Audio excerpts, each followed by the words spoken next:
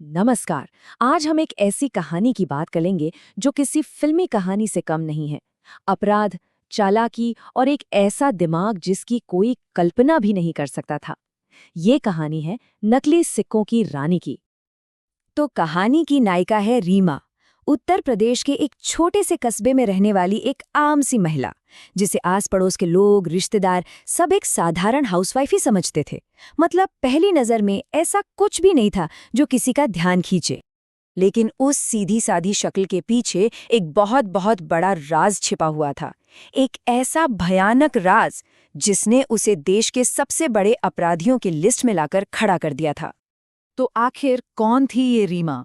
क्या वो सच में एक साधारण गृहिणी थी या फिर कुछ और?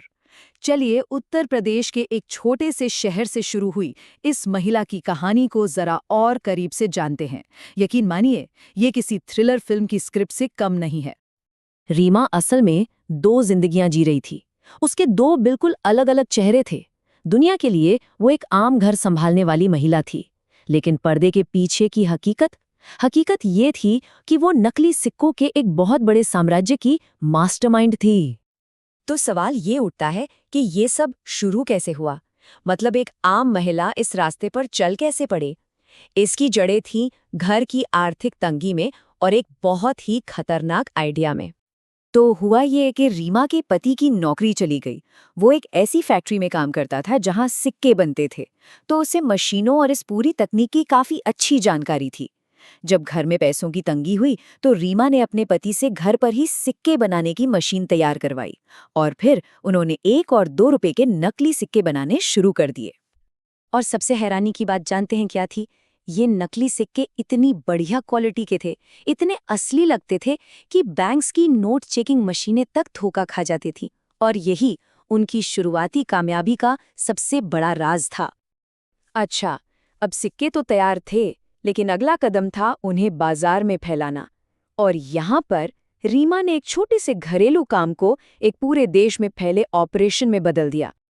इसके लिए उसने एक बहुत ही सिंपल लेकिन असरदार बिजनेस मॉडल बनाया, जिसे हम कह सकते हैं रीमा का कमीशन का खेल। और यही मॉडल उसके नेटवर्क के इतनी तेजी से बढ़ने की असली वजह बना।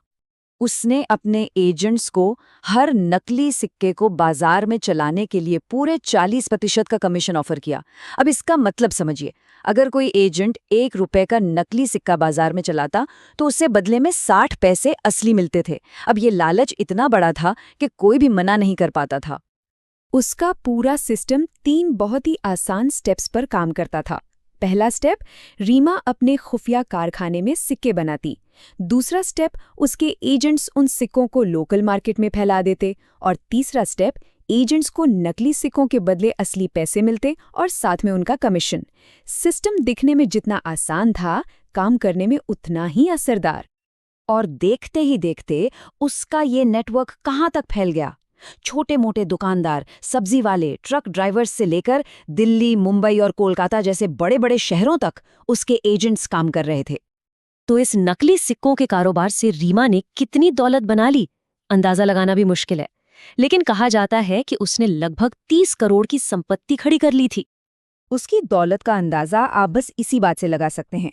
4 बड़े बड़े बंगले, 3 लग्जरी गाड़ियां, सोने के बर्तन और करोड़ों की जमीनें।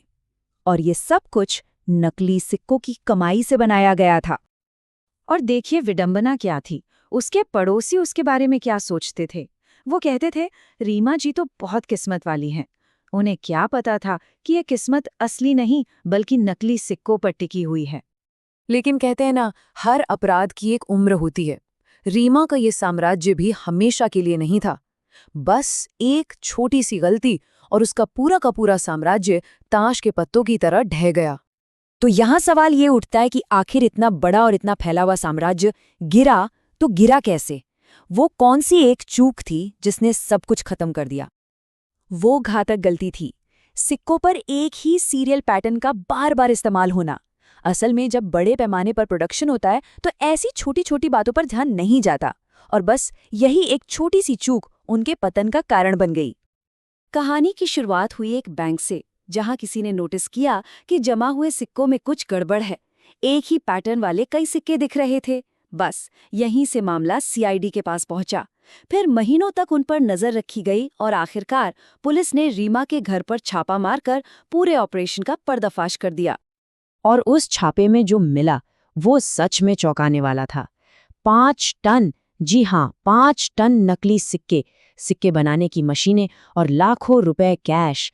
ये सारे सबूत उसके जुर्म के पैमाने को बताने के लिए काफी थे। और बस इसी के साथ नकली सिक्कों की इस रानी का राज हमेशा के लिए खत्म हो गया। उसे और उसके पति को गिरफ्तार कर लिया गया। कानून ने अपना काम किया, लेकिन एक सवाल आज भी वहीं का वहीं है। अदालत ने रीमा को 10 साल की सजा सुनाई। अपराध के एक बहुत बड़े चैप्टर का अंत हो गया। लेकिन सबसे बड़ा सवाल जो आज भी कई लोग पूछते हैं वो ये है कि क्या रीमा के बनाए वो करोड़ों नकली सिक्के आज भी हमारे और आपके बीच बाजारों में घूम रहे हैं? और शायद इसका जवाब किसी के पास नहीं है।